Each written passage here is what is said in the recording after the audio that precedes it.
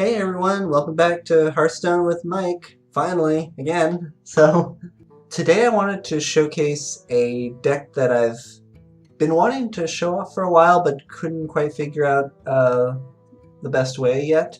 But it's a deck that's really close to my heart and I've played for a lot and really like, and that's Tempo Mage. So, what we have here is a fairly standard list. The idea of Tempo Mage is that you are trying to constantly apply pressure to the opponent throughout the game. Now that's a little bit different from aggro in that you're not just trying to deal as much damage as possible each time, or close out the game as fast as possible. Often a tempo-based deck will be okay with letting the game go on a little bit longer as long as you are always ahead in the process. And a tempo deck should be able to flip the board at either the mid game or even the late game. So it's a little bit different from aggro decks like Aggressive Shaman, which usually relies on its explosive early game in order to get ahead and then finish the game off with burn from hand.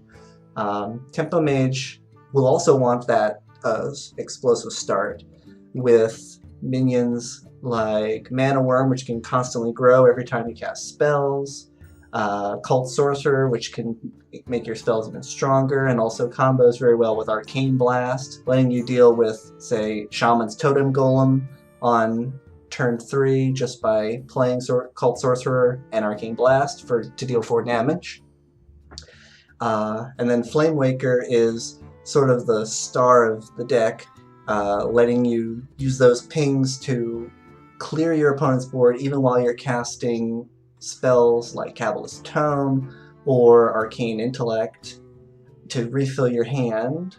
Cards like Mirror Image are there to help stave off aggro and get you to those turns where you can use spell power to wipe them out.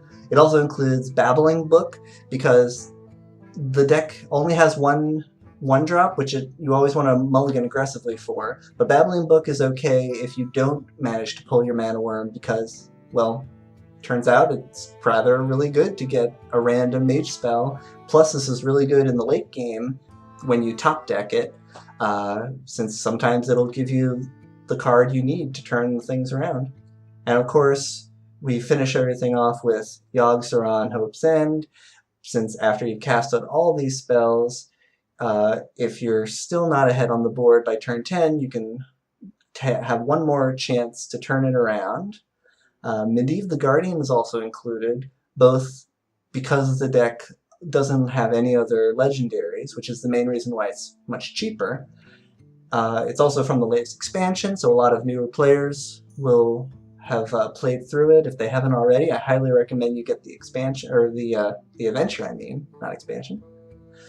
Because while Medivh is a tempo loss in that you are playing an 8 mana minion that has no impact on the board right away, your next turn can be followed up with Firelands Portal, or even a Cabalist's Tome, or Flame Strike, to take back the tempo, plus generate a large minion. Firelands Portal is particularly a nice turn 9 play after playing Medivh on turn 8, because not only do you have a 2 mana left over to play, say, maybe a Frostbolt to deal that little extra bit of removal, but playing Firelands Portal gives you a 5-cost minion plus another 7-cost minion on top of that. So even if you have no board state, you can flip things around. And in the current meta, at least, not a lot of weapon removal is being run because the most aggressive forms of Shaman, or rather the strongest Shaman decks, aren't even running Doomhammer much, and Warriors are not the top deck anymore. So odds are pretty good that even if your opponent removes Medivh, Atiesh will still be around to help you cast those spells and get value out of them. I also wanted to point out that the main reason I hadn't done Tempo Mage yet is because the decks tend to be on the medium expensive side, upwards of 5,000 to 6,000, sometimes even 9,000 dust. It's not as expensive as Control Warrior, but when you run 3 or 4 legendaries, it tends to add up very, very quickly. This deck, for instance, does not run Blood Mage Thalnos, which is very popular in Tempo Mage now, and its second legendary is from an adventure, so it doesn't require you to have any dust, although it will require you to have 3,200 gold on top of the 2,100 needed to get the 3 wings of Blackrock Mountain for Flamewaker. So 7 wings of an adventure is, in my opinion, worth it to play a deck that is both very competitive in almost every meta, regardless of what it might be, as long as you are flexible enough to change out some cards. But it's also really fun. And then, of course, the one legendary that does cost dust, Yogg, is also very popular, is a neutral, so you can play it in other decks, and is generally pretty solid. It's best also to play it now while you can, because there's a lot of talk about either banning it in competitive tournaments, which wouldn't affect casual laddering, or changing the card, which Blizzard hasn't said anything about doing it as of this recording, but, you know, it's a non-zero chance that it might be changed in the future, if not moved wild altogether. So best to play with it while you can, and if they do change it, you can always get your dust back. Good thing to know about when they nerf cards or change them. That being said, you know, anything about any talk about changing Yogg is speculation at this point. I just want to make that clear. With the deck introduction out of the way, let's get to playing. You asked for it. Let the games begin. Alright, our early minions are here. This is exactly what we want in our opening hand. Hello there.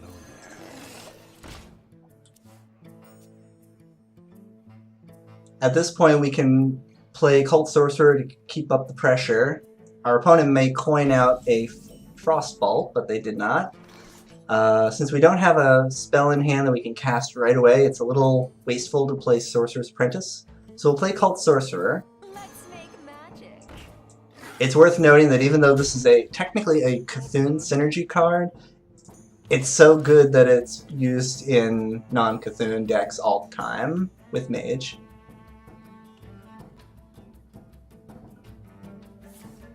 Okay.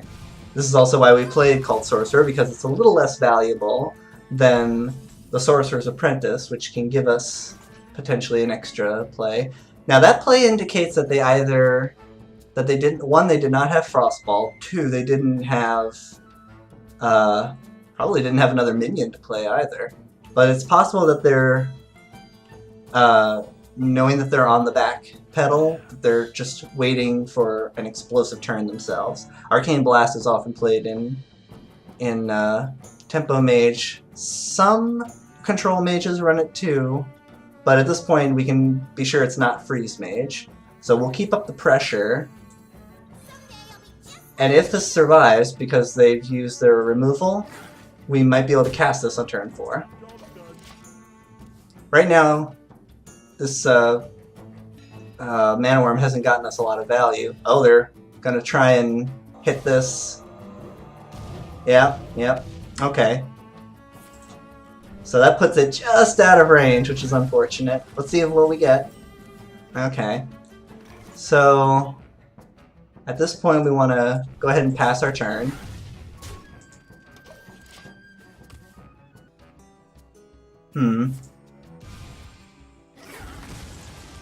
So they've spent a lot of their early removal, both Arcane Blast, both of their, only one Frostbolt, and one of their Arcane Missiles. So we'll go ahead and play that. Oh, good.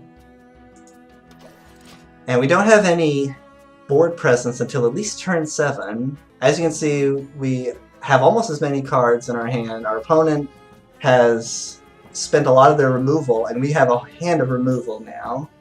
And also spells that are going to curve out nicely into Yogg if we still don't get ahead by then. Okay, that definitely is dying. That's it's not a hard decision. Okay, come on. So they're running the version with Emperor Thorison, which means they're probably running Archmage Antonidas and looking to develop a hand of a hand of fireballs by the late game. Wow, 0 mana, draw a card is pretty good.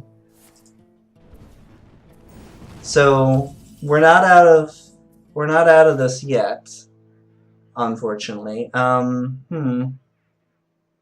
seriously considering just playing Firelands Portal to face, because at this point, if they play Archmage Antonidas on their own, that's not going to be good for us. So we'll go ahead and hit his face. 5/5 is, I think, about average we can expect from a 5-cost minion. It's actually a little bit higher, since 5/6 is the vanilla stats. There's still a lot of ways they could handle this, since they play Kabbalist Tome. Oh! They probably have, yeah, at least 2 spells, perhaps? Oh, wow. Okay. And is that it? It's unfortunate. Alright. 2 damage, 5. Oh no! Wait, actually, we can kill this. It's a good thing we played Firelands Portal when we did then, because now we're able to play this.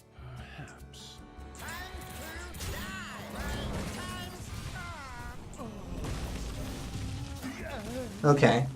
So at this point, we don't have any minions that they can remove with their fireball, so he might be trying to get into a position where he can kill me with burn. Well, like Firelands Portal.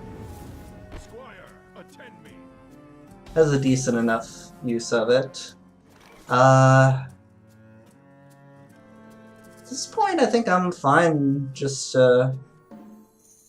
that's our 1 Flame Strike. What else could they play? Another Firelands Portal, which might get us into Fireball range, because they haven't played any of their Fireballs in hand. We're getting a little close to that, unfortunately. So this turn, let's play some spells and make it more advantageous when we do play Yogg. If we can stall for 1 more turn, that would be great, but I don't know if we can. Because if he has 4... Oh, there's 1 fireball. And another fireball. So if he has another 2 fireballs, we are in a bad position. So if he has both of his fireballs in hand, we are already dead. Which means we need to play this.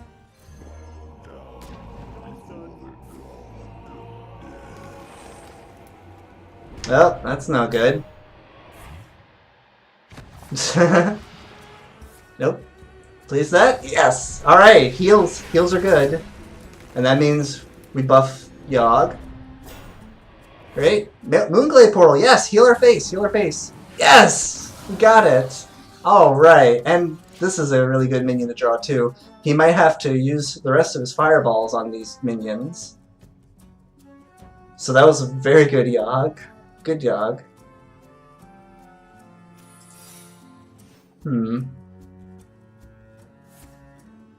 Oh wow.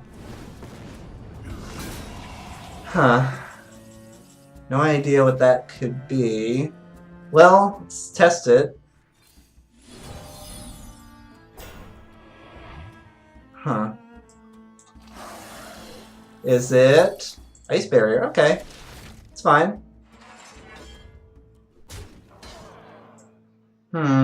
What other minions could he have?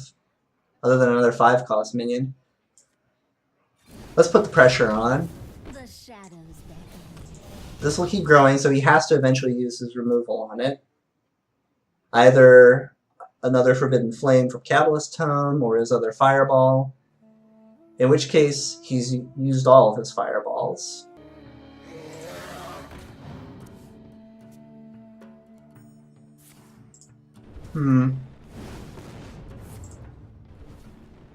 So that's one of them. Very good. Let's draw some cards. Ooh. Let's make magic. And then let's draw one more time.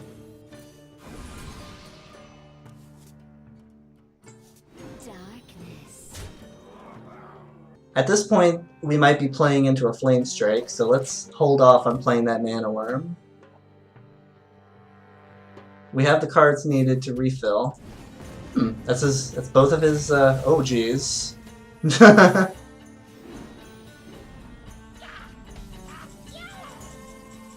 Alright, interesting. So let's see. Oh, jeez. That is something else. Alright, let's think about this. 6, 79, 10.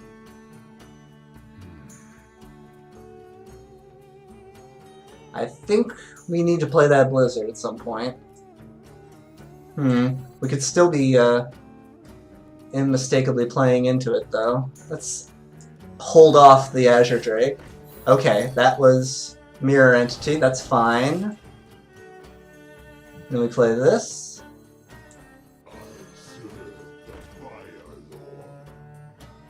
And let's freeze all the enemies. Then it doesn't matter how many times we ping this.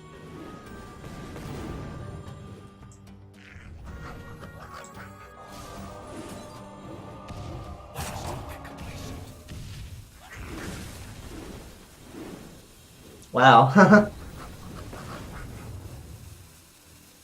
Okay, let's go ahead, hit face.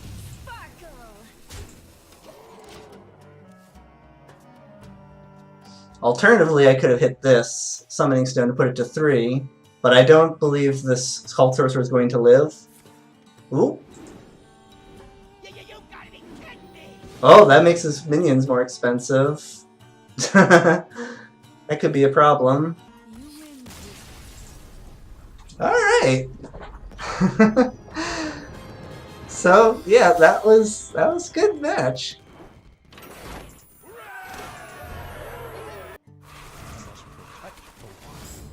Let the games begin.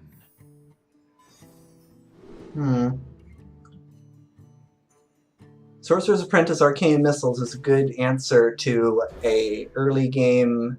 Ooh, very nice. It's a good answer to both a early game Power of the Wild as well as Living Roots, which put out 1/1s. I'd be honestly surprised if he rats this. He'd have to coin it.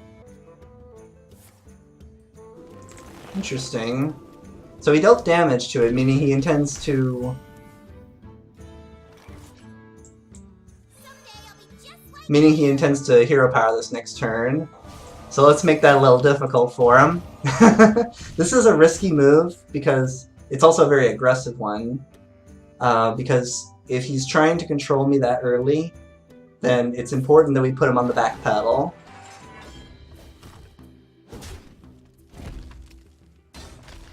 This also means that he would have to coin out a swipe, which means this survives. Either way, though, these will still be alive. Now, I could ping my own I could Arcane Blast my own Flamewaker, but that's silly. Next turn, if the Sorcerer survives, we'll be able to Cabalist Tome and Arcane Blast, which is really strong. He basically can't play any minions this turn because we'll just clear his board. So he mulches instead. That's fine. That means that our Sorcerer survives, and we are free to play the Cabalist Tome, which gives us a very nice hand. So at this point we can put on the pressure even with this single minion, which is another feature of Tempo decks. Well, Tempo Mage specifically, really. You basically use your almost infinite supply of spells to counter whatever they play, and just keep on hitting them. Wow, that is a long-term plan right there.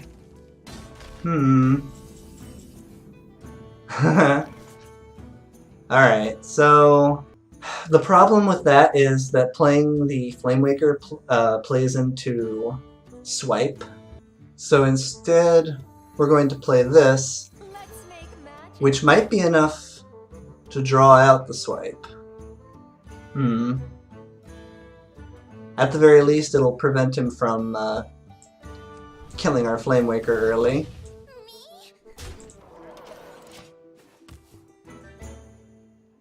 So far, it's unclear which type of druid he is.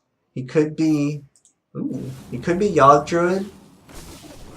Wow. But he could also be... Oh, wow. So, I'm really, really tempted to get out an early one of those. Here's a fun thing. We can use Flamewaker Cone of Cold. But again, that plays into swipe. So we're going to Fire Lance his face to keep on the pressure. Kill this, get rid of it. There we go. And now we can top deck a Fireball and finish this. Druid is a very good matchup for Tempo Mage in general. Whenever Druid is strong, Tempo Mage is there to take it down a notch. Alright, so with that, we're done. Thank you, everybody, for enjoying. What? Oh, it only deals one. Silly me. Oops. Okay. So, for some reason, I thought that was just going to kill her right away, but I had the mana to deal with it. And then he closed out because he knew he was dead, so. He probably knew the game was over several turns ago, and just wanted to play it out. Let the games begin. That last game is also actually a really good reminder that you always want, even if you think your game is won, you always want to count it. Because if I didn't have the means of dealing that extra damage and still having lethal, I could have been in trouble. So, learn from your mistakes, even if they don't cost you. Oh there. Ah, hello there. Wow, that almost sounded conversational. More Firelance portals is always good. So this is a very late gamey deck or hand we have here, unfortunately.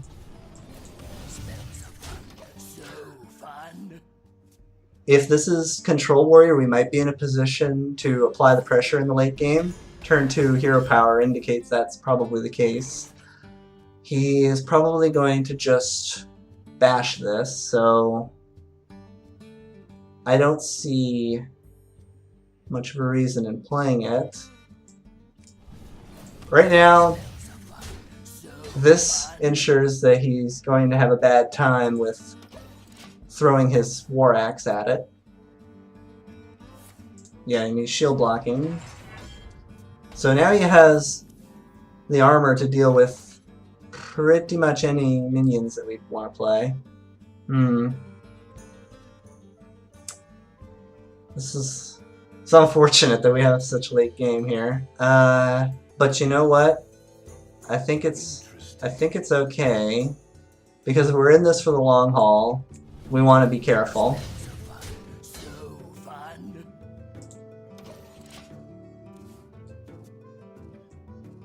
This shows another advantage of Babbling Book, in that it's very inefficient for opponents to clear it unless they have, say, Ravaging Ghoul or something that just automatically deals a bunch of damage.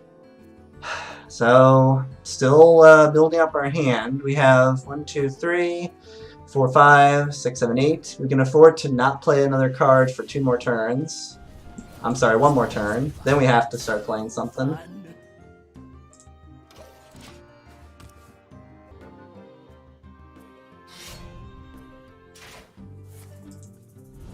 Interesting that he's still not choosing to swing with it.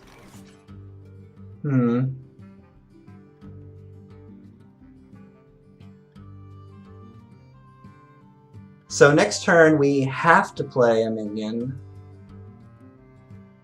And I can't play Arcane Intellect, otherwise we will burn a card. Interesting. So once again, flicking away at it. I had to really think about that one.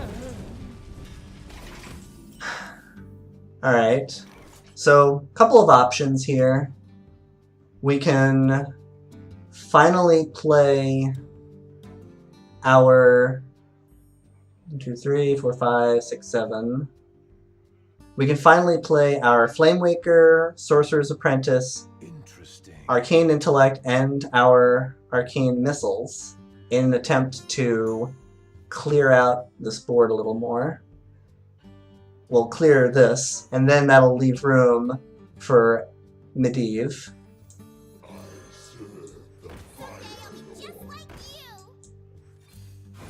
We won't burn anything.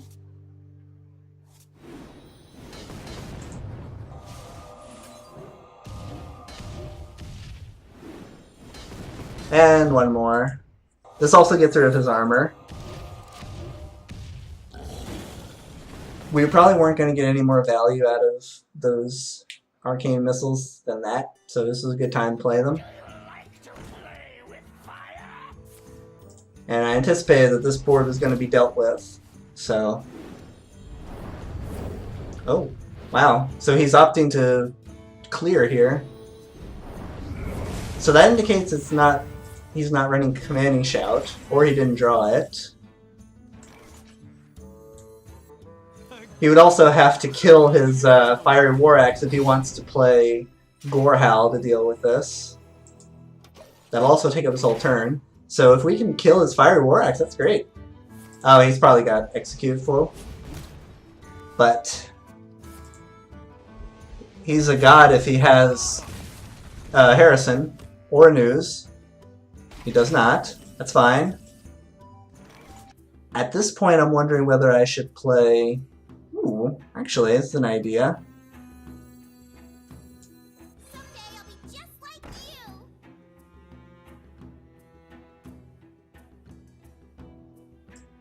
Play this first to see what we get.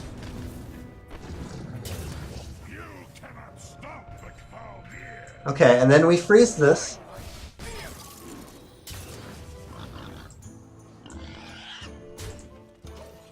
Next turn we have our pick of Firelands Portal or Flamewaker. And I think we're going Flamewaker.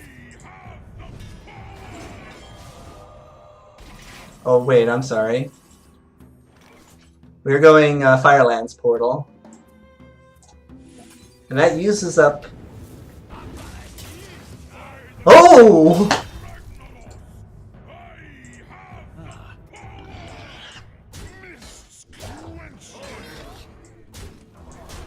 So I'm going to go ahead and let it discount that Kabbalist Tome.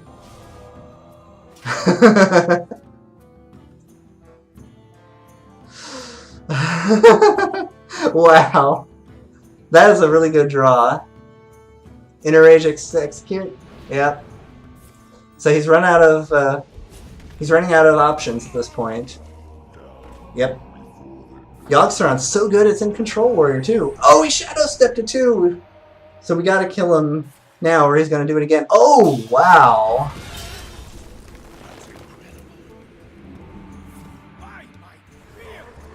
Oh, he can hit it!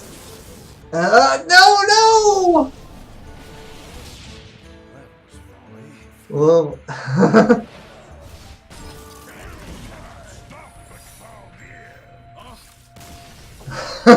Oh, so sometimes Yogg taketh. No, Yogg taketh, Yogg taketh away. Wow, I'm sorry. Anyway, enjoy my my rank up. Cool. So yeah, that's that is Tempo Mage, and there's a couple other variations out there. This one is slightly more expensive and is a little bit faster and is focused on cycling through your deck really fast to, well, not really fast, but almost every turn with things like Loot Hoarder, with Acolyte of Pain on top of Arcane Intellect and Azure Drake, and runs just double Firelance Portal instead of slower cards like Flame Strike, as well as Ragnaros the Fire Lord to provide some burst in the end, and even more spell power with Blood Mage Thalnos. Right away though, this deck is definitely more expensive than the other one I ran, but if it's more to your liking and you prefer a slightly faster game rather than one that can play the control game more often, you can give this deck a try as well. And I also wanted to just give a little shout out to the guys over at Hero Power Podcast. They featured this deck in particular on their most recent podcast episode. So link in the description to their episode, which also features their deck. And if you watch their video to the end to the play portion of their episode, they even give this deck a try as well. So give them a look, and I will see you all another time. Later.